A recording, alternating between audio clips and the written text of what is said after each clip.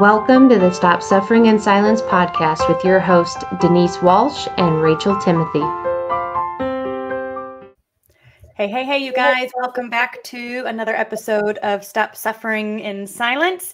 Today, we have a beautiful guest who is here to share a bit about her story and the healing journey. Because as you know, we talk a lot about trauma and how it impacts us, relationships, domestic violence, addiction. But we don't stop there. We want to bring awareness to these issues, but we also want to talk about the importance and the journey of healing too, right? Because we all need support there as well. And so our next guest is currently working within child welfare. She is advocating for trainings and just brings in a bunch of resources for those who are on the front lines. Because it matters to her. It matters to her because when she was in high school, specifically a senior in high school, she got into what we would now describe as potentially a domestic violence situation with a boyfriend that, now looking back, drastically impacted her life. So big welcome to Ameshia. Thank you guys for having me. Well, I know we kind of got a high level overview of your story when we talked before. And so we're excited to hear a bit more about the nitty gritty of what happened, the red flags you saw or didn't see, the red flags other people saw or maybe missed, and then how you got out. So why don't you take us back to senior year of high school? Yeah. So senior year of high school, I was a cheerleader. I grew up in a really small town. Everyone kind of knows everyone, but there's a lot of people. So I graduated with like 1,200 kids. So it was not uncommon for you not to know someone in your school because that's just how it was. And so right before probably like May-ish, or actually no, probably like March of my senior year of high school, I got a text message and it was like, "Hey, do you remember me?" And I'm like, "Oh, not really." And they're like, "Remember we met at the football game?" And I'm like, "Makes sense. I'm a cheerleader. Like I was at a football game." So I started talking to this individual. Long story short, we basically started dating. This person came into my life and kind of just upended it as I knew it. Just was really involved. I mean, came to church. My family's Southern, so we do Sunday dinners every Sunday after church at my mom's house, came to my mom's house, came to my 18th birthday celebration, was like just really intertwined with my family. Family knew him. They had met him. Like they weren't really like, yeah, we do like him. Yeah, we don't. We met when I was 17. At that time, he told us he was 21. So my parents were like, "Listen, you'll be 18 in May. Like, okay, you guys can date, but like we'll have some parameters." And it's like, okay, cool. And they were kind of in this age where it's like, you know, she's either going to do it in front of us or do it behind our back. So like, which one do we go for? Everything was great. Graduated, came to my high school graduation, came to my celebration party. And right before I was getting ready to go off to college, my mom sat me down and was like, "Listen, you're getting ready to go to college. It's new experience, new environment." I went to Temple. She's like, "I'm going to be in a city. Really don't think you need a serious relationship right now." So I'm like, "You know what, Mom, that kind of makes a little bit of sense."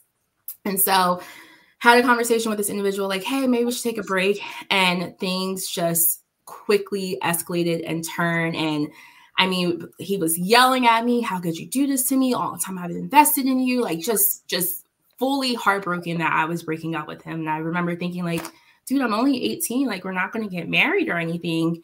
And then 2 days later, my dad comes home with the newspaper, throws it down in front of me and goes, "Isn't this your little boyfriend?" And his mugshot, clear as day, is on the front page of the paper. He was actually wanted at that time. He wasn't arrested. He was wanted for pretending to be a fake bounty hunter. That's who I knew him as a bounty hunter. And in turn, what happened was he had basically kidnapped a woman who was wanted by the police, but she was pregnant at the time, held her hostage, told the family, "You have to pay me," I think it was $1,000 in order for me to give her back. They didn't pay. So he ended up taking her to the police station. A police officer there recognized him like, "Hey, aren't you on probation? Like you're not supposed to have a firearm. Like what's going on?" And so things just kind of unraveled from there. So at that point, I found out that he was actually 28. He was married with 4 children. He had multiple charges before and actually had spent time in jail for pretending to be a modeling agent and luring women to his homes and sexually assaulting them. Just fully unraveled from there. So like, okay, this is not what I was expecting. And my parents were like, did you know? And I'm like, no, you know, I had no idea that this, and like even his real name, the name that I knew him as Jay, was not his real name. So it was just quickly unraveling. Then from there is when really the bulk of my experience began. They ended up catching him. He ended up going to prison. During his stint in prison is when he started to harass me. He would call me all the time. I had to send a notarized letter to the prison to get my phone number blocked. That point he knew. So he had his friends who would call me on three-way. And so I would be getting these random phone calls on three-way, and they'd be like, we're looking for Ameshia. You know, he wants to talk to you, like just kind of spiraling. He made bail, was released. And then at that point, he started kind of just tormenting me, just the mental game. So little things like I would walk outside and our mailbox would be down. He drove a gray Dodge Charger, so I could hear his engine at night. And my father worked nights, so it was just me, myself, my sisters, my mom home. So I would hear his engine at night and get up and see him, you know, pulling off from our area. I would have friends come up to me like, oh, Jay told me to tell you. And I'm like, what is going on? So I actually ended up not going to school that year. I deferred because it was just a lot going on. We couldn't really pinpoint where he was, what was happening. And at that point I was like, I can't live like this. So we went and filed a complaint. And then I was granted a temporary restraining order. And then I was told, hey, you have to come back in front of the judge to get the final restraining order. And I want to mention at this point, too, when he was out, he was calling me from blocked numbers and leaving me voicemails like, I don't know why you're scared of me. I just want to talk to you. Let me explain. Like, just, you know, the typical whatever. And then he would say, like, I know you saw that the mailbox was down, or I know you saw that I left the rock on the step. Or so like all these little things to kind of let me know that he was around and that he was watching and that he deserved a conversation in his mind.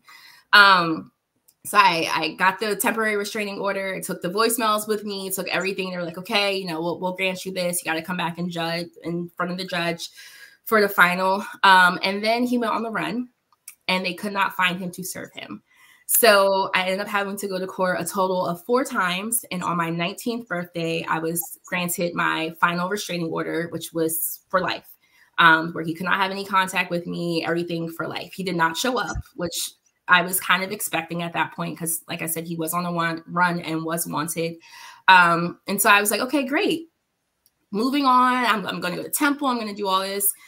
And then I just spiraled. I went into this really bad depression, really like having panic attacks. And when I say panic attacks, I mean like to the point where I was on the floor of my mom's classroom crying uncontrollably, cutting my hair because my hair was in braids, cutting my hair because I couldn't feel my scalp and everything. Just all these things that I had no idea where they were coming from. And I'm like, I don't know what's wrong with me. And my mom's like, we got to figure it out. And so ultimately my mom ended up taking a leave of absence from her job to stay home with me because I was just spiraling and had no idea where it came from, no idea what was happening. And at that time is when I seek therapy. And it's during that time that it came to fruition that like, hey, you've experienced a form of domestic violence. Like you've experienced mental and emotional torture, which can be just as damaging as physical. And this is how it's kind of coming out. Like it's coming out in these panic attacks. It's coming out in this depression. It's coming out with all these things. I mean, I would be driving, there's 55, which is in New Jersey and South Jersey, driving on 55 and would see a gray Dodge Charger drive by and would have to pull over and like could not breathe because I was like, oh my God, he found me. Like it's him. And not realizing that, hey, I've experienced this traumatic thing and now my body's responding because my brain's responding because I haven't dealt with it. Yeah. Yeah. Yeah. Yeah. It's like you, for those years, were holding your breath. And then as soon as the restraining order was in place, you felt a bit safer to breathe. But then all the other stuff comes up because you had been kind of holding on for dear life for so long. Yeah. Yeah. And even so in 2018, he actually filed for basically a dismissal of the restraining order. So we were served by the sheriffs. My sister was served for me on my behalf because I lived with my parents. So that was the whole experience in itself for my baby sister to be served by the police with paperwork for her older sister. And so my mom ended up coming with me to court. And while we were there, I found out that he was there to drop 8 restraining orders in total, but he had a total of 31 active in the state of New Jersey by 31 different women who he has tormented. And even then, like, he brought his wife and his 8-year-old son with him to court because he wanted his son to learn from his mistakes. He represented himself. He cited every law case you could think of as to why it should be dismissed.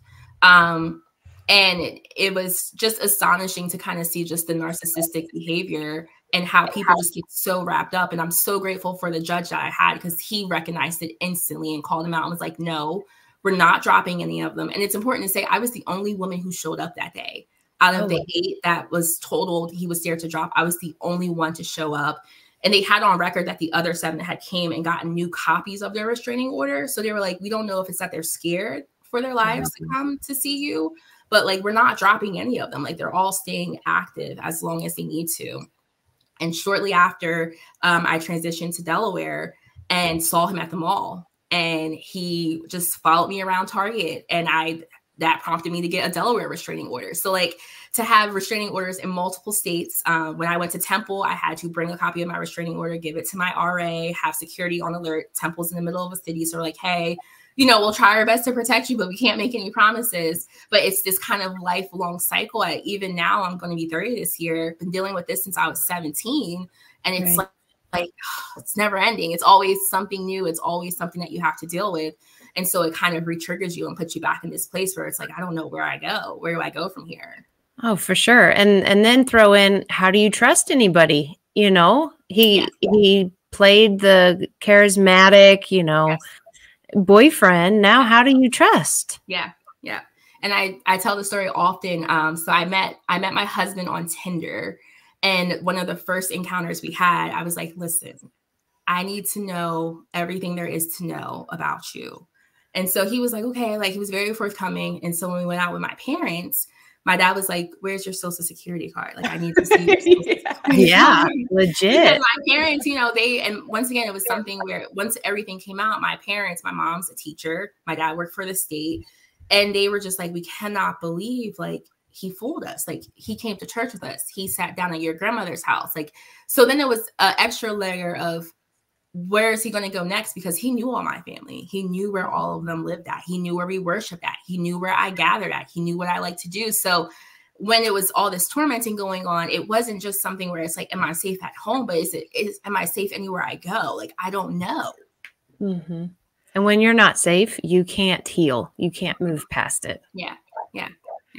When looking back during the boyfriend era, do you feel like there are anything where you go, oh, that is kind of weird, or that is odd, or because I'm like, how is he married with 4 children? Yeah. Probably having some sort of job, maybe. Like, I don't. Yeah. Were there anything you look back on and notice? Yeah, there's one instance in particular. I remember. So he had his little, I guess you could call it, office. He had a physical office space where he would go, he would gather, they would have like the floor plans for things. Okay, this is where this person is. This is how we're going to go in. This is the tactical stuff. And so I would be there. And I remember one day I came in and I was like, who's this baby? And he was like, oh, it's my nephew. And he's like, do you mind watching him for a little bit? Like, we just have to work out these plans. And I was like, yeah, sure. Like, okay, cute kid, cute little boy. And it was his son. Like, that was his son. He had me watch his child, who I thought was his nephew. And so I remember even at one point, he had a car that had like really dark tinted windows. And so he couldn't drive it unless it was like for official business because of how dark the windows were. So he was like, hey, do you mind running me to the house real quick? I just have to go. I can't take the car because, you know, the window issue. And I was like, yeah, like it makes sense. And I remember he had me drop him off like around the corner. And I was like, man, that's weird. Like, why don't you want me just to pull up to the house? But I didn't think anything of it. Like, I'm like, you know, he's a bounty hunter. Like, maybe this is what they do. I don't know. And then come to find out, like, no, that's the house that he shared with his wife and his kids. So like, had I pulled up, his wife would have seen me. So yeah, there are definitely a lot of instances where it's just like, yeah, now looking back on it, that doesn't make sense. Yeah. And how do you think he got your phone number? How did he know about the football game? Like, what led that on? So it later came out that he also co-owned a cell phone repair shop. So he would buy phones off of kids for cash for more than they were worth, and then just text all the girls in the phone. So he knew what he was doing. And like, what's really sickening is there was one point when I went to the office and there was a girl there who was in 10th grade. And I was like, why is she here? And like, she kind of had like this attitude. And I was like, are you guys like talking? Like, are you dating him? And she was like, wouldn't you like to know? And I was like, So like me and him got into an argument. He's like, no, like I look at her like a little sister. Like she's just doing that. She's just trying to get on your skin.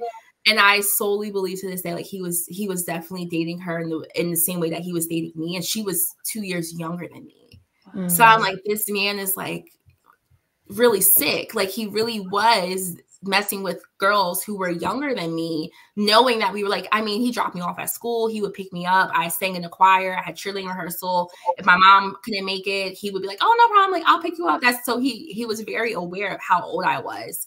And he still was talking and dating younger girls. What do you think was his end game with dating all of you guys?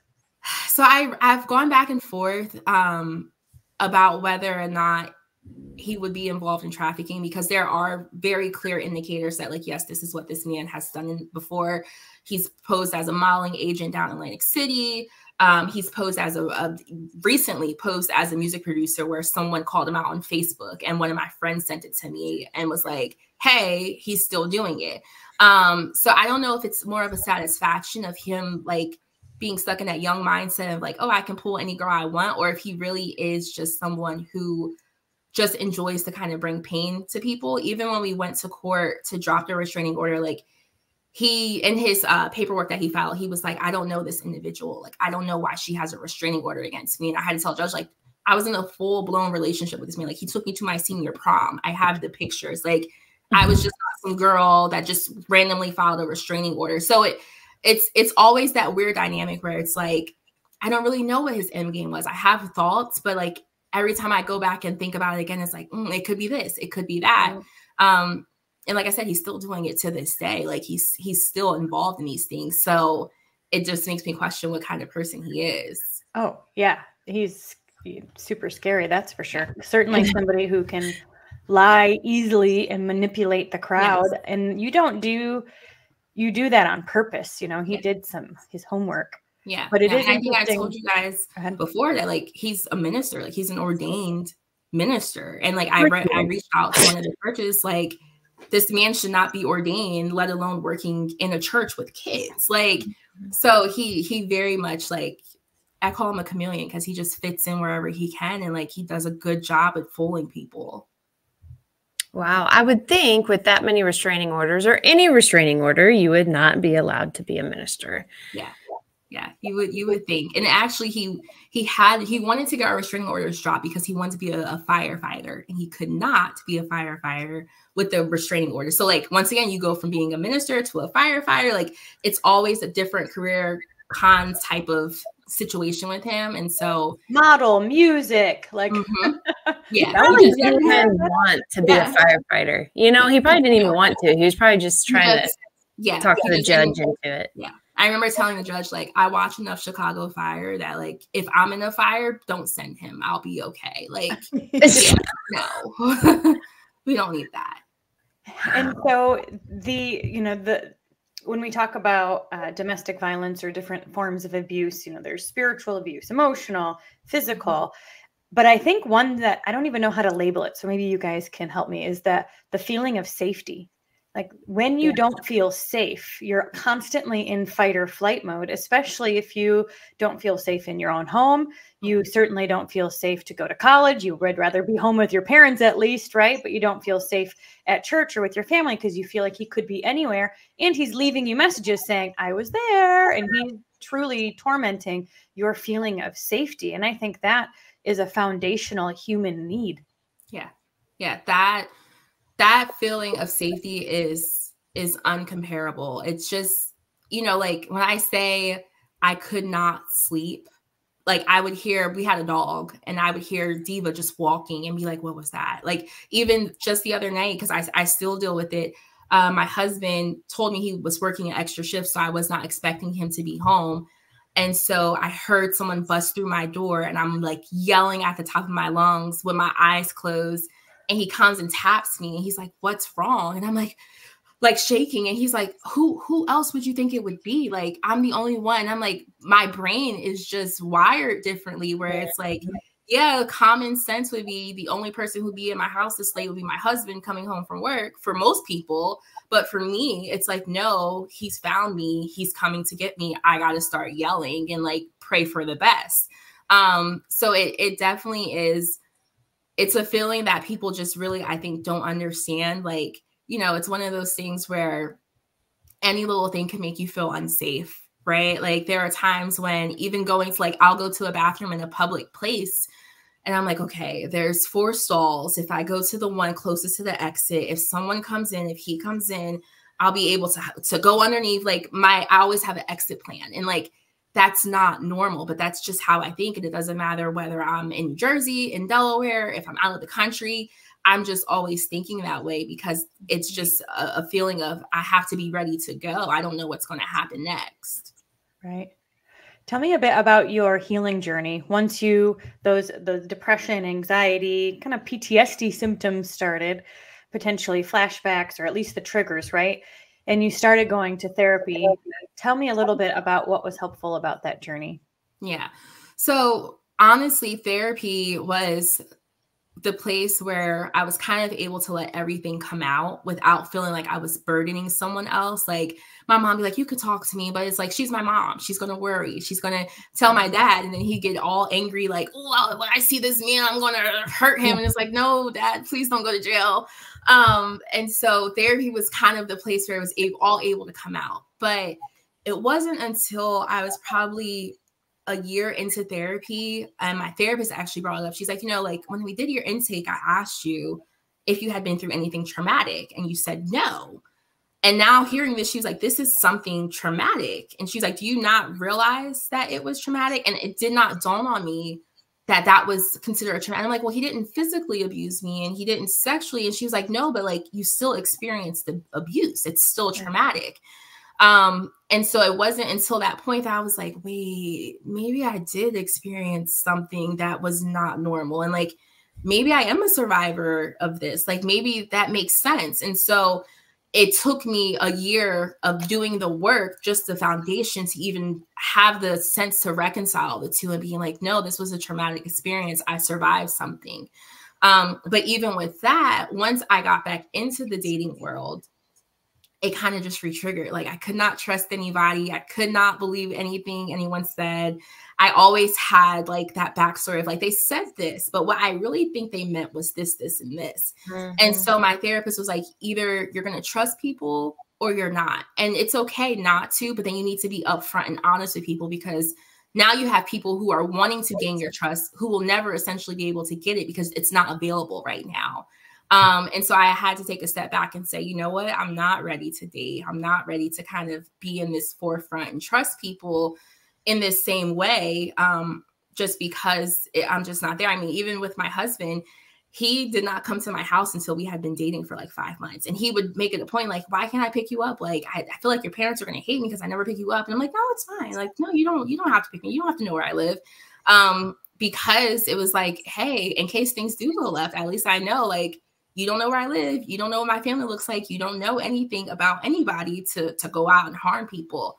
So it was really through therapy, doing that work. I am a strong believer in God. And so I had to realize that I had this anger towards God because I'm like, why did you put me in this situation? Like, why didn't you give me the sense and the knowledge to know better? And like, why didn't you help me? Like, why would you let me go through this?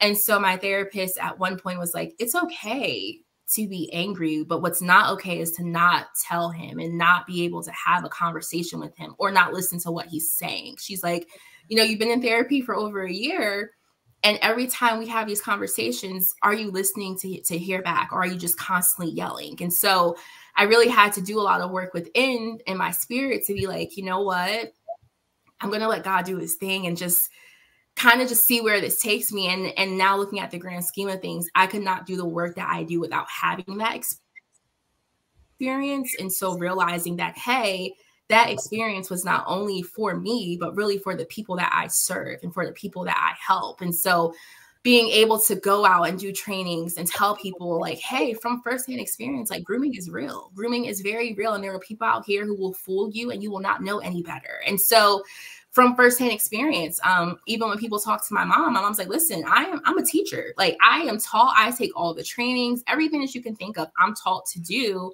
And I was fooled. And so having all of those components, I think, was really what was helpful. And then I think also realizing it didn't happen overnight, so I couldn't be healed overnight. I think there was some part of me that was waiting for a switch to go off and be perfectly normal, and realizing that that switch is not there. Like, even like I said, I'll be 30 in May, and here we are 10 plus years later, and my husband walks through our bedroom in the middle of the night and I'm yelling for help, right? Like just realizing that there are some aspects that I kind of have to integrate to my life and be okay with that. And really kind of taking the ownership back. I think that was the hardest thing for me, was that I felt like this person was controlling this piece of me that I did not give to them. And so how do I get that piece back? Like how do I control the narrative? How do I make the difference for myself? Because this person could be hundreds of miles away and still have this control over me. And I'm sitting here like, oh, what do I do next? Like, how do I move next? And so realizing that, hey, it takes time. And I'll tell my husband, there are days where I'm like, babe, I am really jittery today. My PTSD is kicking in. Like, I don't know what it is, but and he's like, okay, that's not a problem. Like, this is what we're going to do. And my husband works in law enforcement, which is nice. So there are times where it's like, we'll go back home and I'll see family. He's like, do you want me to go walk in first and just double check? And I'm like, do you mind? He's like, no, like, I got you. No problem. So just being able to find a partner who understands and doesn't judge and like kind of gets it. There are some things he doesn't get, but there are pieces that he's like, listen, I get it. And I'll help you in any way that I can. So all of those components combined, I think, has really helped with the healing. But by far, going to therapy and having someone who I can kind of, in lack of better words, just dump it all on, and they'll be like, okay, any more? Is there any more you want to dump on me? Like, I'll take it all. And then being like, okay, that's all out. I'm good. Now what do I do? Because I mean, I could not imagine, like, there would be times where just the panic attacks. Like I said, at one point I cut my own hair because I could not figure out how to breathe. Like, I felt like my head was on fire. And so it's like, how did I get here? Like, I graduated top of my class. I had a life plan, and now here I am in my mom's classroom crying on the floor, cutting my hair off. Like, how did we get here? And so that has really just been eye-opening.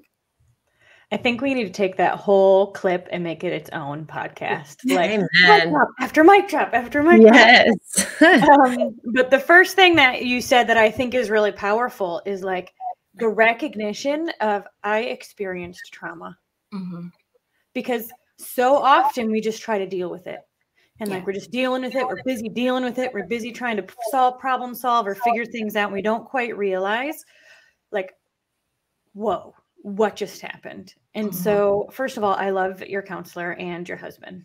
And your mom and dad. Mom and dad. Absolutely. They believed you. They were all of it. Yeah. Yeah. It really is. Like I said, that biggest part was for me to realize that I had been through something traumatic, right? Like, and before, so it clicks. You're like, oh, that's why the triggers are here, and my body feels this way, and I'm now I get it.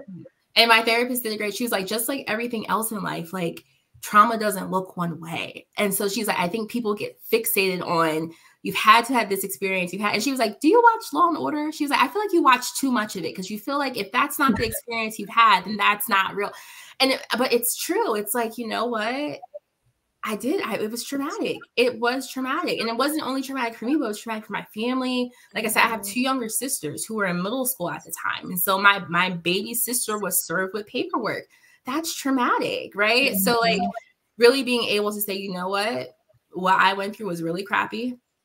It did a lot of damage, and I understand that. But I think a lot of times for people, they don't see that physical or sexual component, so they don't put the 2 and 2 together. Like, no, mental torment is just as bad as physical. Like, you can be shackled mentally. Like, it's really hard to get out of those patterns and those thoughts. And then you know, once you add the PTSD and the panic and the anxiety on top of that, and that's what was happening, was my mind was going faster than what I could keep up with. And so the only way for it to come out was through these panic attacks. And so literally, when I tell you, I felt like my hair was on fire, I felt like my hair was on fire, that I could not breathe, because my body and my mind was just moving so fast that I couldn't reconcile the two. I didn't know where to go. Well, you explain things well. Yeah. Like, yes. Yes. I totally get it. Taking notes, Ashley. Well, one of the things you said, Rachel actually wrote a book about. It's called Reflecting Ownership. And the whole book, and there's a workbook component that's talking about taking that ownership back. And really, we're releasing those emotional tethers that other people still have, that grip they still have on us. And we're saying no more, and healing through that. And so you're right. It can be decades of time and miles apart, and they still can have these emotional strings if we don't do the healing work. Yeah. Yeah. And that's so true. And that's, I think, the other part of it that some people don't always see, right? Because it's the emotional side. So you can hide your emotions, right? And so it's like, but you look fine. And in the inside, like, my heart's going 100 beats per minute, and I'm really trying really hard to hold the tear back. For example, when I had to go to court the second time, I remember looking at my mom and be like, I'm going to be sick. I don't. And I remember just like crouching down in a chair, like, I don't think I could do this. I really don't think I could do this. And my mom's like, just breathe. Just breathe, just breathe. And I mean, from the outside, I look perfectly fine. But on the inside, I mean, my gosh, if you could have looked at the inside, you probably be like, what is going on with this girl? She probably ate too much cheese, because my stomach was doing backflips. And I'm like, oh God, I can't. How important was it for you? Or did you feel like some of your power came back to stand up to him in court that day? Yeah, I think what really kind of empowered me was when I got the paperwork and saw that he was like, no, I don't know this girl. She just, and I'm like, no. I did not go through all this work. I have not dealt with all of this animosity, all this anxiety for you to sit here and try to make it seem like you've done nothing to me. That's what we're not going to do. And so once I got in front of the judge, my intention was, I want you to know, and I want him to know just how badly he's done to me, like, and how I've had to overcome. He's not going to sit here and think that his actions had no effect, because they did, and they had a big effect. And so when his wife walked in, because she walked in before him, and so in my head, when I saw the woman, like, okay, great, there's another girl here, like someone else is trying to. And they asked her who she was, and she's like, I'm here with my husband. And I'm like, you're here with who? And then the son walked in, and I'm like, still married? Oh, no. We're not about to act like this man is the perfect father, the perfect husband. He's done nothing wrong.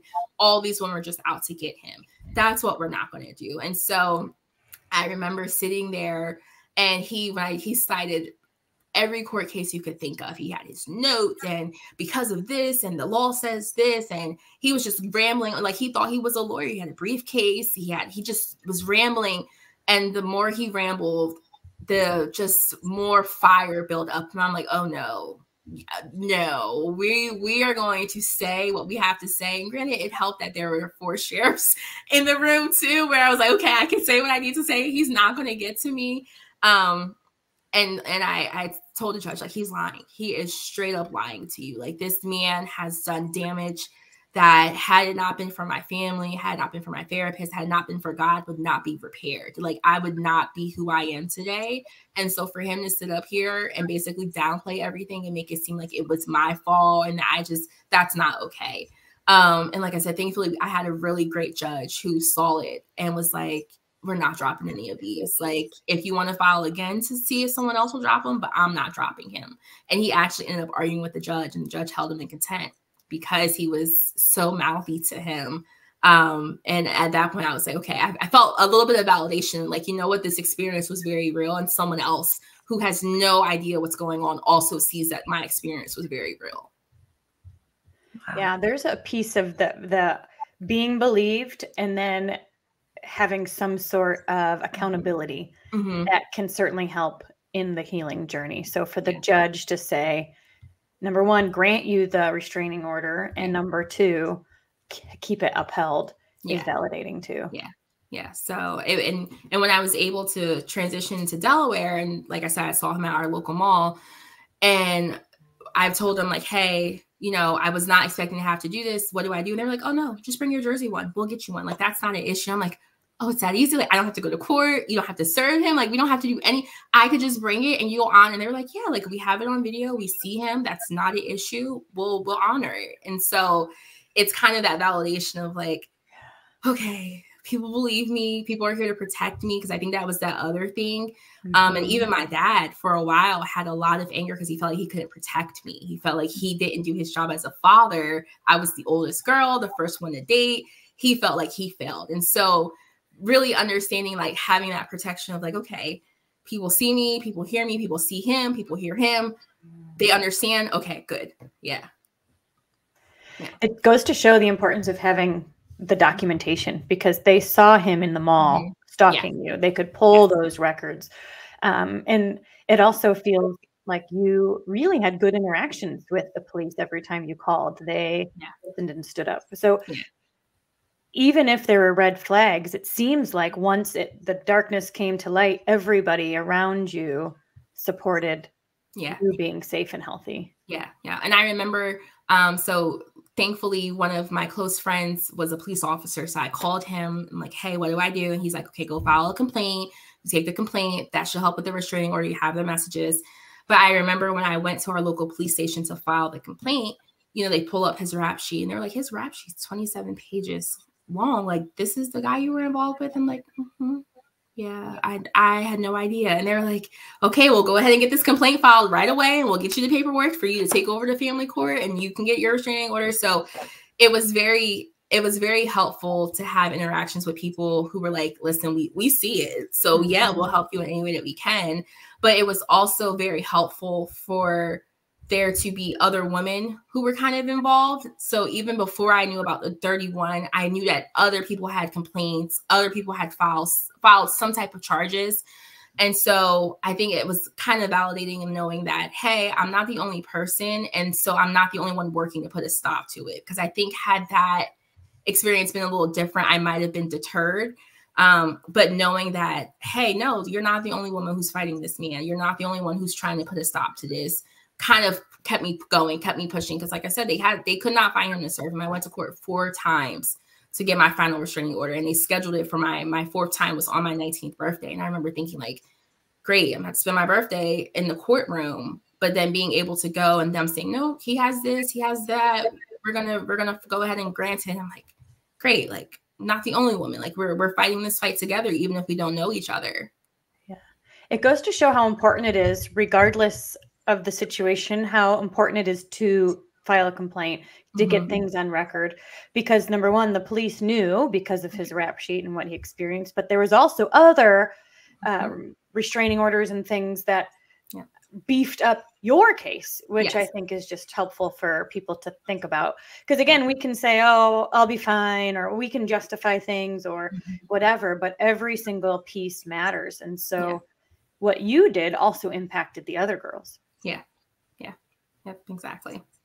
And so, like I said, it was nice to know that we were all fighting the fight, even if we didn't know each other, you know? What's crazy is that somebody that's such a huge liar, chameleon, potentially, I mean, we don't necessarily have total evidence of trafficking, but certainly the signs underage girls, like, it's shocking that he's still out. Yes. And we have a theory. So we because I've thought about this, like even with when he was finally charged for the fake bounty hunting and the kidnapping, he was supposed to do 6 years and he only ended up doing, I believe, 3 or 4. And so the theory is that he's been able to offer up other people who are worse than him in exchange to be able to kind of get out sooner. That's the theory. And it's believable just knowing in the crowds that he moved in and some of the things that he was involved in, that like there were bigger fish to fry. So that's the theory. That's the theory. And he's a manipulator, so he'll do whatever it takes for his own gain. Yes, exactly. Exactly. Like even when all this came out, he was originally supposed to take a plea. And the day that they went to, I guess, finalize the plea, he fired his attorney represented himself and was able to postpone the plea for like another, I think it was like an additional 3 months. So like, he's very much so a con artist and very much can fit in wherever he can fit in and will fool the best of them. Mm-hmm. Yeah, for sure. So how do you think that your experience helps you with what you do now? Oh, I think, so first off, I think being able to talk about grooming. So in Delaware, that's one of the things that we're really pushing is like, grooming is real. Grooming is real. Grooming is real. And so being able to talk about the ways that he not only groomed me, but my family. Like I said, this man had came to my place of worship and I was a youth leader. So like a lot of the things that he attended were like youth nights. And so having to then think back, like, did I put other youth in a vulnerable position by bringing him in? And so just having people understand that grooming is the gateway that most people will take that you will never see. And so just really kind of pushing that in the trainings that we offer. And then even in terms of some of the things that we talk about, I think sometimes people get so wrapped up in like, you know, the ones that really make the headlines and the big cases and all these massive things that they forget about the smaller things and forget about the smaller impacts. So like, for instance, with me, I had no physical scars. I had no sexual abuse, but the impact was just as bad. And so really when I'm talking to these professionals and when we're looking for trainings and thinking about just the different things that we see, it's really trying to help them to understand, hey, listen, from a firsthand perspective, I can tell you, this is what happened to me. This is how it impacted me. Even in terms, like, I think, you know, what if any of my teachers would have made a call like, hey, this gentleman does seem a little bit older, and granted consent laws are different in New Jersey than they are in Delaware. But had anybody noticed and made a call, or had anybody, you know, done a little bit more research, how much of it would have come to light a little sooner, right? Like how much of it would have been noticed right away? I don't know, but I think that there's some thought to it, and that, hey, had we all really taken the time to look, we probably would have found it a little bit sooner. We probably would have saved a little bit of the copays that I pay to go to therapy. We probably would have saved a little bit of time and energy. But really just getting professionals to see that, and especially when we're talking about these outside settings, I think a lot of time people place the emphasis on the school setting because that's where a lot of kids spend their time. But this was something outside of the school that really tormented me for a long time. And it happened during the school year, right? So like, had all these outside people maybe seen things or maybe understood things or had the training to know, then yeah, like it probably might have changed some things. Even when we talk about the church setting, right? Like, he came to my church. People in my church loved him. None of them had any idea. None of them have also ever taken a grooming training because we don't view them as professionals that need it. And it's like, no. They are professionals. And like I said, he's an ordained minister, right? Had anybody in that church that he was attending taken any trainings, they probably would have seen some flags that like, hey, this is not okay, or we need to look into this, or we need to think about this. And so really that's the premise that keeps me moving. That's the thing that it's just, people just don't know a lot of times until it's too late. And so it's like, how do we get them to know beforehand? How can I do my part to make sure that children are being protected, especially when we talk about Black and brown children who a lot of times go overlooked anyway. And so it's like, how can I help? How can I help? There's a TV show on now called Found that I absolutely love.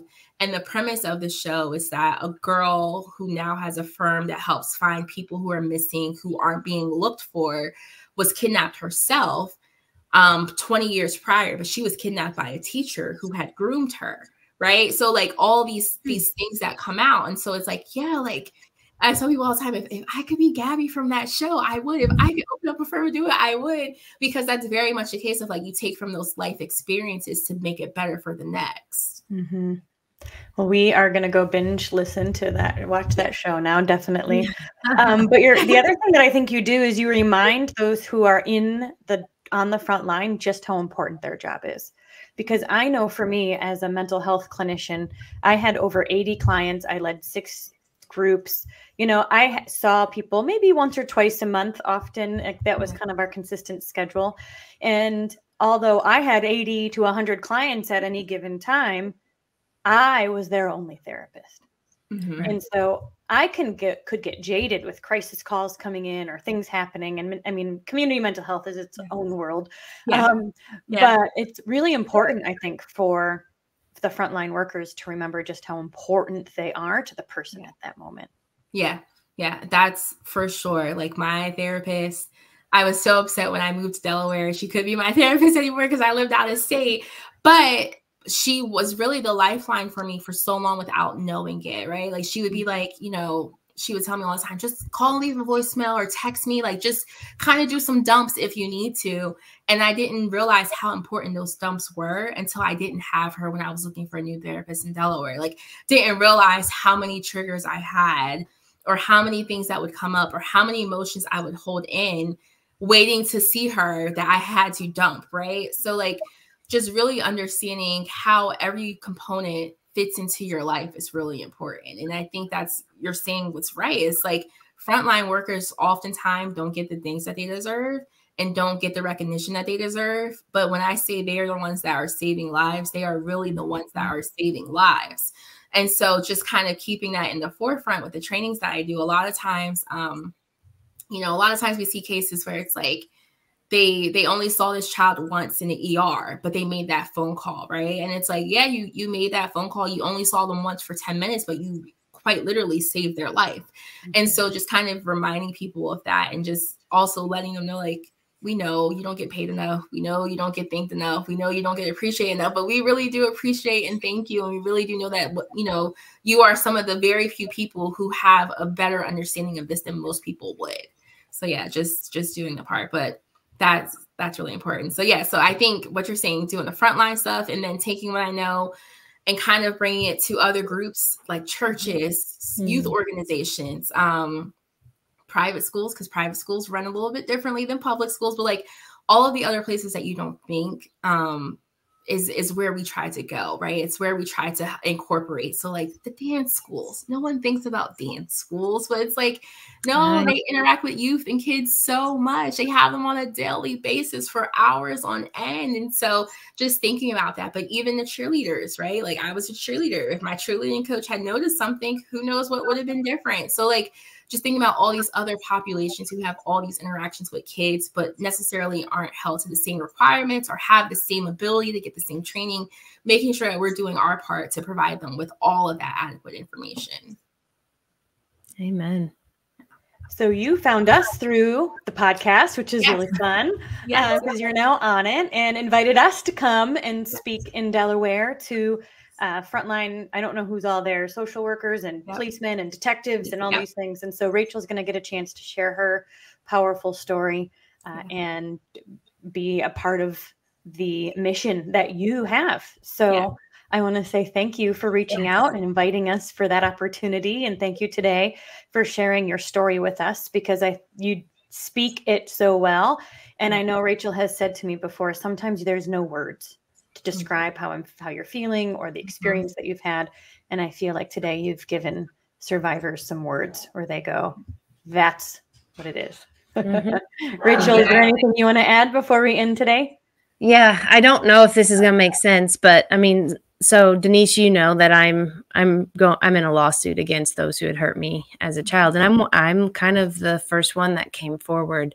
But hearing your story and hearing, like, you know, all the women that had been affected by him prior to you, and the fact that they did file complaints, they did try to get restraining orders, and how it piled up to where, you know, the judge believed you guys. Like, it had to start with one woman standing up and saying something. And so seeing you and seeing where you're at and seeing the progress in your case and all of that, even though he should be behind bars, it gives me a bit of a strength, I think, just going forward, knowing that it's, you know, all of us know we're not just doing something for ourselves. There's a long line of people that come after us, that interact with these people, that they need to be safe.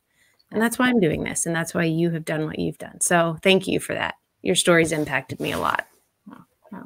Thank you guys. I appreciate it so much. I know when I was first reached out to you guys, I was like, oh, I hope they really respond back to my email. I don't know. So I am just so excited that you guys are coming to Delaware and that you're going to share your story. And I'm so excited for the amount of people that will be there and be able to hear it, especially because, Delaware is so small, so they don't typically get it. But I am so grateful that you guys said yes to the opportunity. Yeah, we've never had a reason to go to Delaware before, so this will be really fun. Exactly. All right, you guys, if you have any questions or thoughts, comments, we want to hear from you in the comments below.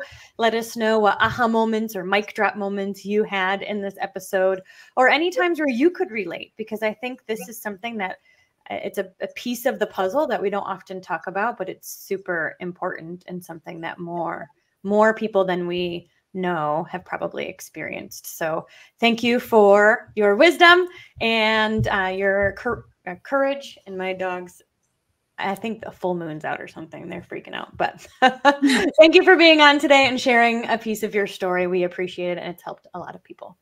Thank you. All right, you guys, have an awesome afternoon. Thank you for hanging out with us, and we'll see you next week. Thank you so much for listening to this powerful episode of Stop Suffering in Silence. If you are interested in booking Rachel to speak at your school, your church, or on your podcast, then please email openblindeyes@protonmail.com. If you are interested in sponsoring a survivor on their healing journey and would like to donate to Stop SIS, then please check out the link in the description box or show notes below, or you can email stopsis@protonmail.com. And finally, if you are currently suffering in silence, or you know somebody who is, whether they're dealing with a current trauma or one from the past, then we will always recommend that you reach out to your local resources and find a counselor that you can trust, because nobody is meant to suffer alone. Have an amazing week, and thank you for being here.